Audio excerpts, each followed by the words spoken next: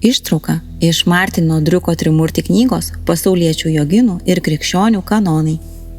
Meditacija.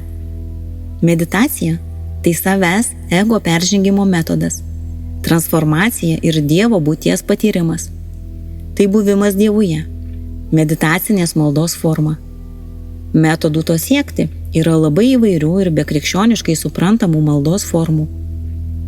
Iš tikrųjų, meditacinės praktikos dalyjasi į 2 skirsnius – į susitelkimo ir analitinę, kurie ateityje turi susilieti.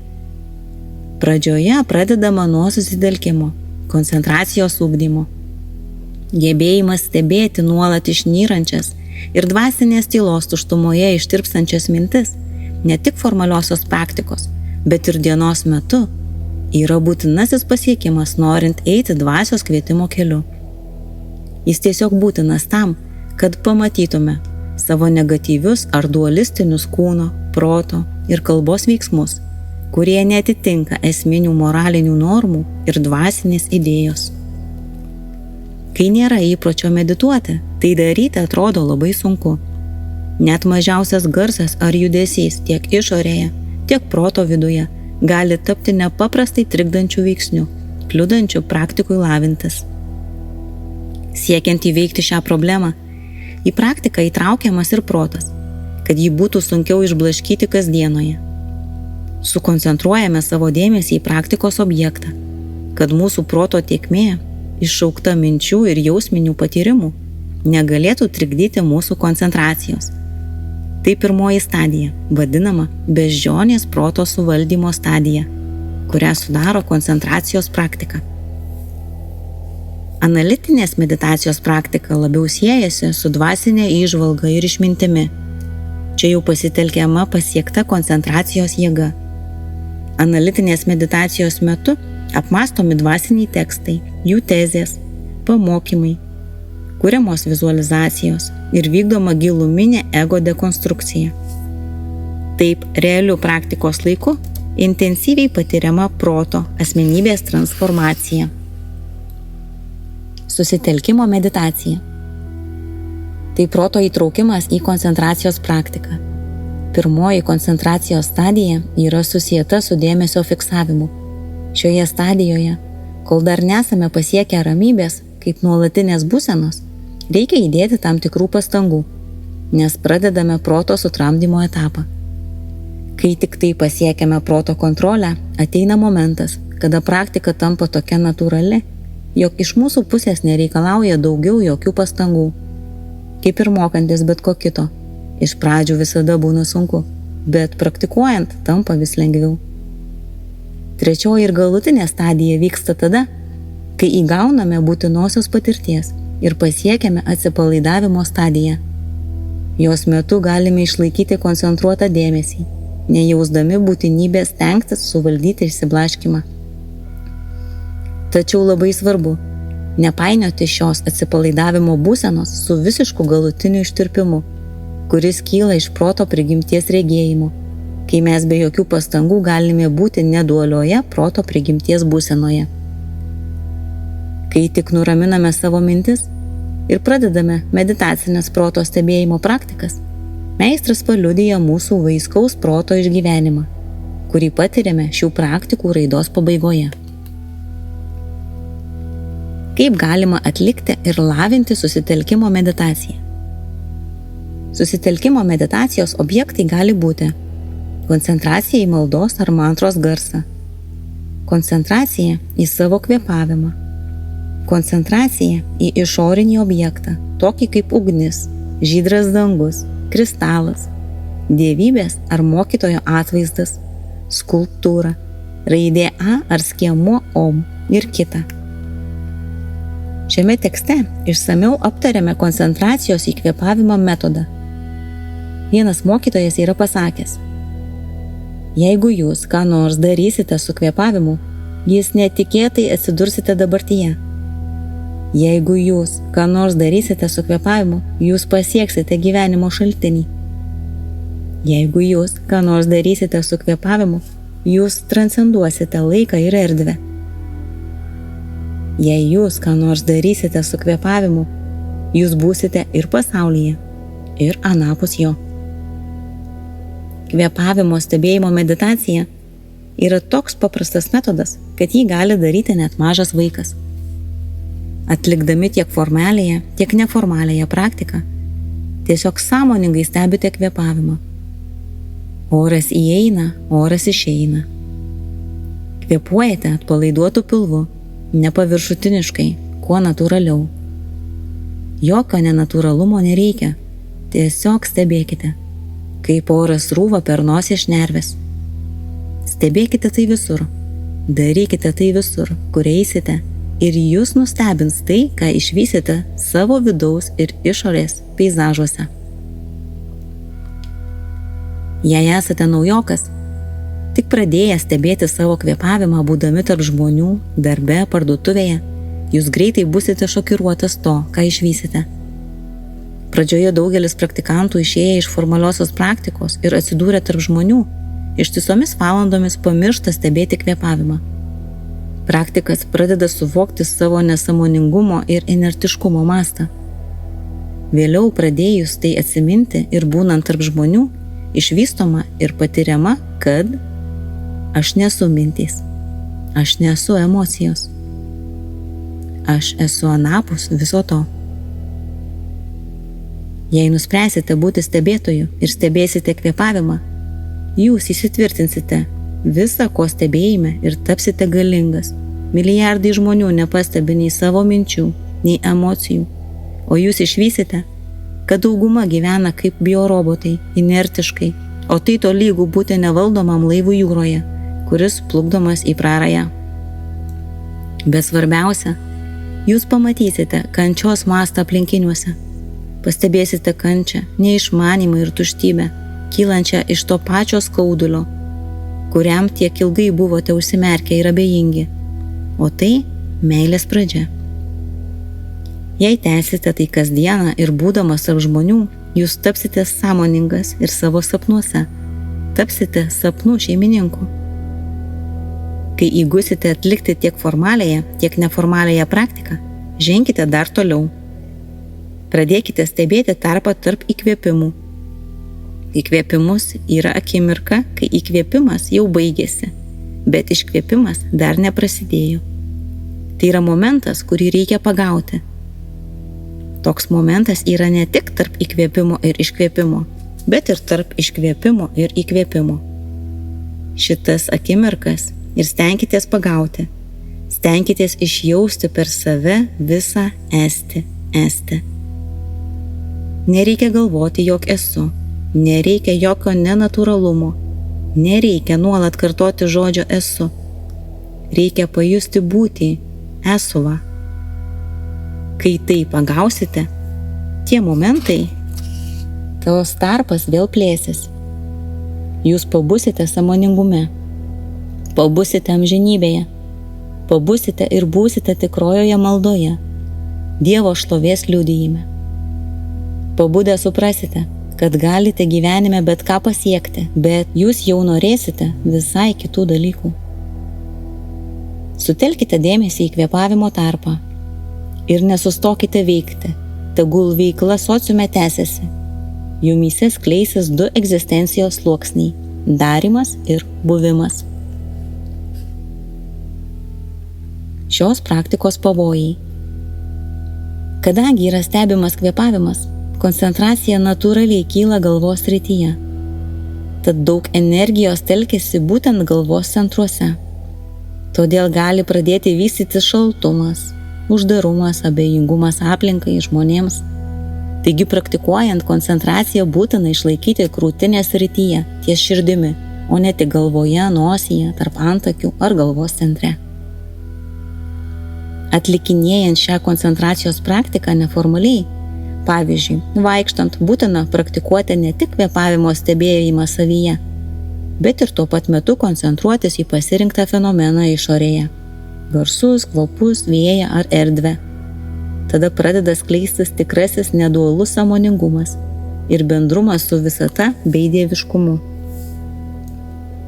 Žinoma, jei atlikinėdami šią kvėpavimo praktiką nesilaikysite tinkamo elgesio taisyklių, nepraktikuosite atsidavimo Dievui ir į pasaulį žvelgsite nepuoselėdami atjautos, ši kaip ir kitos praktikos duos tik ribotus ar net negatyvius rezultatus. Analitinė meditacija. Analitinė meditacija talpina savyje, kaip jau minėta anksčiau, pasiektą koncentracijos jėgą, kurią išjaučiant apmąstydami dvasiniai tekstai, jų tezės, pamokymai ir jų santykis su asmeniniu gyvenimu, elgesiu. Taip pat analitiniai meditacijai labiau priskiriamos ir vizualizacijos, nors koncentracija į vizualizuojamą dievybę gali būti pasitelkiama ir kaip pagrindinė priemonė susitelkimo meditacijos metu. Analitinė meditacija yra išskirtinai efektyvi tada, kai vykdoma giluminė ego dekonstrukcija, savityra. Analitinės meditacijos metodas taip pat yra ir šventraščių skaitymas balsu, idėjų apmąstymas, koreliavimas su savo dabartimi. Taip realiuoju praktikos laiku intensyviai patiriama proto, asmenybės transformacija. Gilus karmos ir reinkarnacijos esmės suvokimas, kuris perkeičia mūsų gyvenimo būdą, regėjimą ir požiūrį, retai kada gimsta kaip susitelkimo meditacijos pasekmė. Giluminis šių tiesų suvokimas, praktiškas patyrimas kyla tik įdedant asmeninių pastangų. Ir šios pastangos susideda iš gebėjimo giliai ir ilgai koncentruotis į apmąstomą idėją ir savo santykį su ja. Proto nereikia atmesti, nes mes ir esame protas. Bet kol jis nesudvasintas, mes funkcionuojame per protą kaip per kažką truputį svetimo. Protą reikia sutvarkyti, pagydyti, įvaldyti, ištobulinti, užauginti, sujungti jį su dvasia ir Dievo dėsniais. Analitinės meditacijos temos taip pat gali ir turėtų būti vidinės motyvacijos temos, tokios kaip mirtis ir laikinumas, būties trapumas, kančia, atjauta ir vienovė. Pavyzdinės analitinės meditacijos temos. Prasmė. Įsitaisus savo dvasinių pratybų vietoje ir nurimus, savo užduodamas klausimas: iš kur aš žinau, kad rytoj dar būsiu gyvas? Klausimas turi nuaidėti tarsi gongo skambesys ir pakibti proto tyloje. Tada laukiama atsakymų. Atėjus nepagrįstiems atsakymams, jie atmetami kaip nelogiški. Tada vėl užduodamas klausimas ir vėl laukiama tyloje.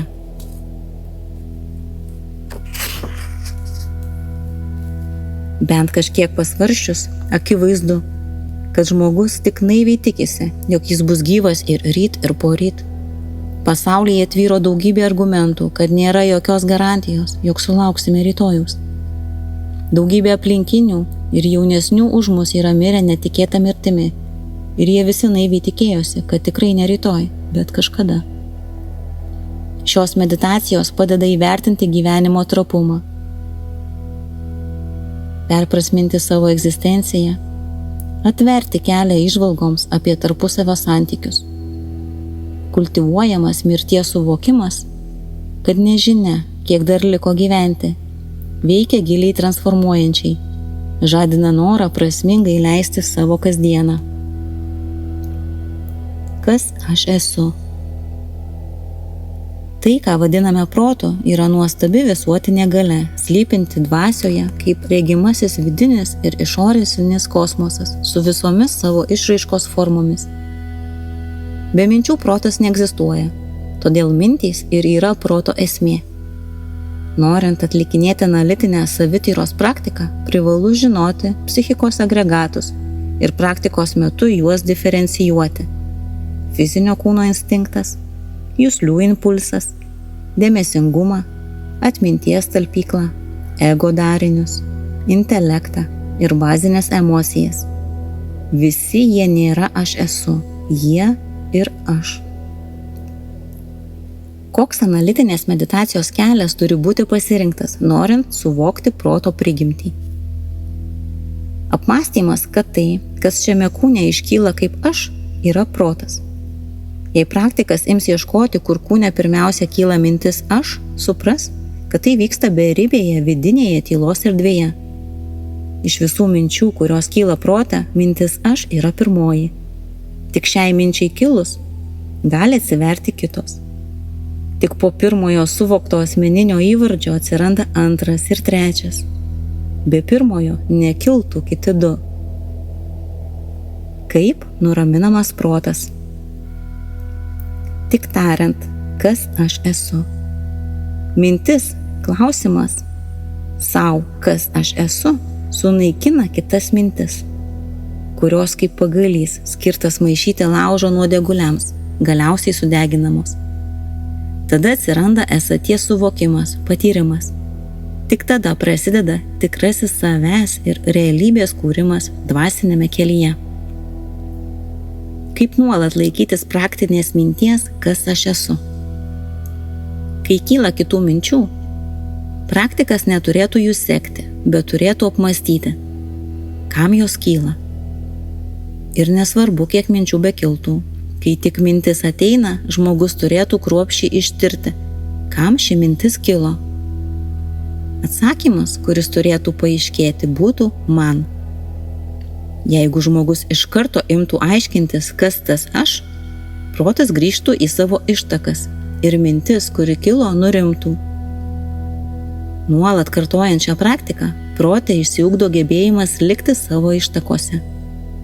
Kai protas, kuris yra subtilus, pasireiškia per smegenis ir jutimo organus, atsiranda grubiosios formos ir vardai. Kai jis lieka būties širdyje, formos ir vardai išnyksta.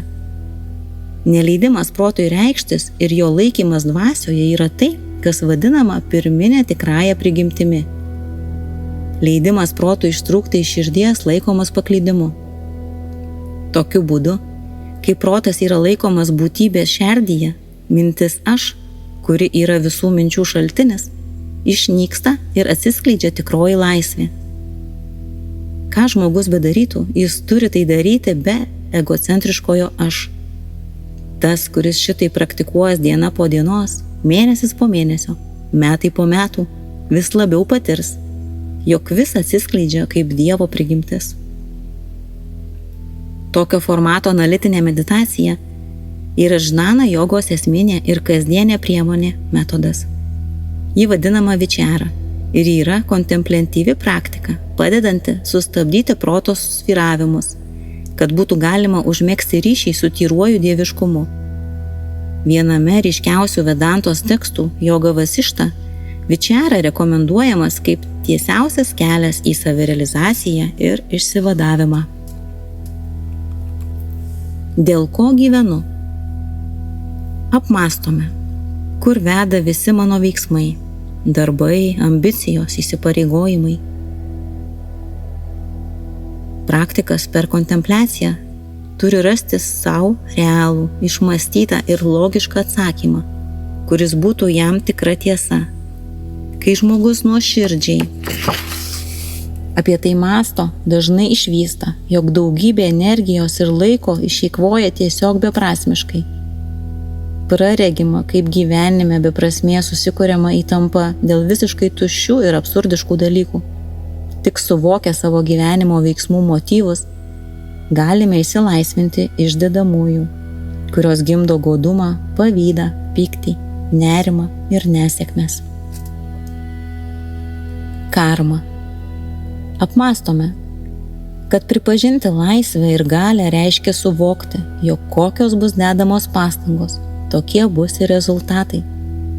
Viskas, ką paleidžiame iš savęs, mums sugrįžta. Tad jei norime gyvenime daugiau taikos, laimės, draugystės ir meilės, privalome šiuos dalykus skleisti ir kitiems. Kokius žodžius vartoju? Kiek rūpinuosi aplinkiniais? Kiek esu dosnus? Kiek esu atviras? Kiek esu mylintis? Kiek šypsausi? Kiek esu dėkingas tam, kas susiliečia su manimi įvairiomis formomis? Kiek moku įvertinti tai, kas mane supa? Prisiimame atsakomybę už savo gyvenimą, nes mes patys esame jo šeimininkai, o mūsų aplinka tik atspindi mus pačius. Tad už tai, kas dedasi išorėje, didžiąja dalimi esame atsakingi tik mes patys. Apmąstome tai, kad kiekvienas žingsnis asmens gyvenime formuoja naujus įpročius, o praeitis, dabartis ir ateitis yra glaudžiai susijusios. Tad prieš ką nors darydami, turėtume gerai pagalvoti, kokį poveikį tai turės ateičiai. Gerosios permainos gyvenime atkeliauja tada, kai nustojama kartoti tas pačias klaidas. Toks pats elgesys, mąstymas ar veiksmas neatneš skirtingų rezultatų, nei šiame, nei kitame gyvenime. Būties ratas. Kas sukasi nekontroliuojamų gimimų, kančių ir mirčių rate? Aš sukuosi nuo neatmenamų laikų. Kur sukuosi? 6 pasauliuose, tai yra pragaruose, alkanų dvasių, gyvūnų, žmogiškų būtybių, pusdievių ir dievų išmatavimuose. Kodėl sukuosi šiuose realybėse? Dėl prigimtinio neišmanimo, ydų ir karmos atspaudų. Kaip sukuosi šiame pradžios neturinčiame rate? Per 12 priklausomo kilimo grandžių. Šios 12 grandžių kyla dėl nežinojimo. Ir tai yra pirmoji grandis. Tai nežinojimas apie savastingos esaties neegzistavimą. Taip pat ir nežinojimas, kokie veiksmai kuria laimę, o kokie kuria kančias. Taip neegzistuojantys dalykai laikomi egzistuojančiais, o egzistuojantys laikomi neegzistuojančiais. Dėl nežinojimo kyla antroji grandis – kaupiamoji karma, o iš jos susiformuoja trečioji – sąmonė su karmos atspaudais. Taip, po jos gimsta ir ketvirtoji grandis – vardas ir forma. Tai iliuzinis aš, kuris save identifikuoja kaip fizinio kūno, pojūčių, skiriamųjų minčių, valios ir sąmonės darinių sąranka. Taip ši sąranka išsivysto į 5 grandį, kurioje išsiplečia į 6 juslių – sąmonių, regos, girdos, uoslės, skonio, lytos ir smegenų proto tapatybę. Jau šiuose įvyksta 6 grandis – kontaktas. Tai aktyvavimasis 5 juslių ir žemojo proto. Pradedama skirti ir skirstyti. Patinka, nepatinka, šilta, šalta, gerai, blogai, savas, svetimas. Ir tai jau 7 grandis – pojūtis. Taip įvyksta visiškas atsiskyrimas nuo Dievo ir vienio. Dėl to pradedama ieškoti dvasinės prigimties palaimos pakaitalų išorėje, o tai jau yra troškimas – 8 grandis. Karmos atspaudai, kontaktas, pojūčiai ir troškimai gimdo prisirišimus. Tai pasireiškia 9 grandis – kabinimasis. Tai daug intensyvesnis noras nei tiesiog troškimai, nes veikiama ryžtingai, siekiant realizuoti karmos nulemtus valios impulsus. Todėl prisirišimų kyla godumas, nepatenkinti norai virsta pykčiu, o iš troškimų ir pykčio gimsta visa jų palyda. Puikybė, abejonės, klaidingas pažiūros, klaidingos moralinės normos ir taip toliau. Prasideda įvairiausios kančios, kurios lydi visą žmogišką gyvenimą. Gimimo kančia, kančia dėl nepalankaus gimimo, kančia dėl traumuojančios aplinkos. Visą gyvenimą lydinti kančia, nes žinoma, kad su visais mylimaisiais ir brangiais žmonėmis reikės atsisveikinti, kad buvimas žmogumi turi ribotą laiką. Tai ir vaikystės kančia, kai vaikas jaučiasi kvailas, bukas ir valdomas suaugusiųjų. Galiausiai ateina senatvės ir nukaršimo kančia. Kančios dėl nuolat patiriamų ligų. Pati liga apima 5 tipų kančią. Kančia dėl nemalonių pojūčių, kančia dėl varginančių jausmų, kančia dėl priverstinio malonių dalykų atsisakymo, kančia dėl būtinybės daryti nepriimtinus dalykus, kančia, kuri kyla dėl baimės netekti gyvybės ar kūno dalių. Galiausiai ateina mirties kančia, kurią sudaro irgi 5 rūšių kančia. Kančia dėl išsiskyrimo su mylimais giminaičiais, kančia dėl išsiskyrimo su draugais, kančia dėl išsiskyrimo su užgyventų turtu, kančia dėl išsiskyrimo su gražiu kūnu ir kančia dėl mirties metu patiriamo fizinio kūno irimo. Taip po visą gyvenimą trunkančių kančių žmogus pereina į 10 grandį – tapsmą. Tapsmas – tai mirties tapsmas, bardo tapsmas, tarpinio gyvenimo ir atgimimo tapsmas. 11 grandis – gimimas, tai vėl įėjimas į įsčias. 12 grandis – senėjimas ir mirtis. Šios paskutinės 2 grandys – tai rodmuo, kad jei praleisi šio gyvenimo šansą, tapti Kristumi ar Buda, būties ratas suksis toliau. Kas tai išgirdo, apmąstė, bet nepadarė ryžtingo sprendimo, vadinasi, intelektą jau yra praradęs. Citata iš Patarlių knygos, 1 skyrius, 7 eilutė. Viešpaties baimė yra išminties pradžia, bet kvailiai niekina išmintį ir pamokymus. Citatos pabaiga. Reziumuojant analitinės meditacijos temą, galima teigti, jog neišsiugdžius stiprios koncentracijos ir nepasikaušius filosofiniais šarvais, kokybiškai atlikti tokio lygio analitinių meditacijų yra neįmanoma.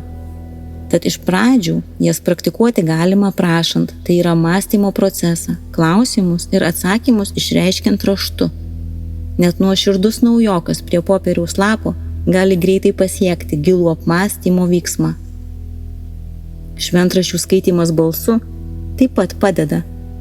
Po nepertraukiamo ir netrukdomo skaitymo maždaug po 15 minučių iš supratimo atsiveriama suvokimui, analitiniai meditacijai. Geriausia skaityti nepertraukiamais intervalais, po valandą ar pusantros.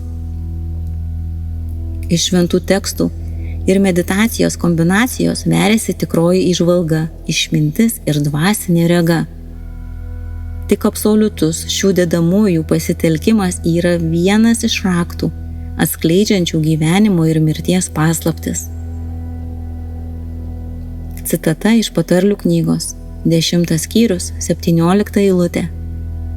Kas priima pamokymus, eina gyvenimo keliu, o kas atmeta perspėjimus, klaidžioja.